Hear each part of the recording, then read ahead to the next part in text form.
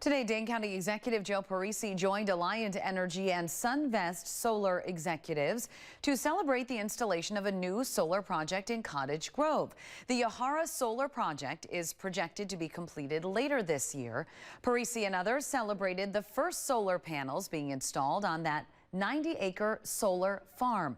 The project is on county-owned land and will help the county reach its goal of using 100% renewable energy at all county facilities.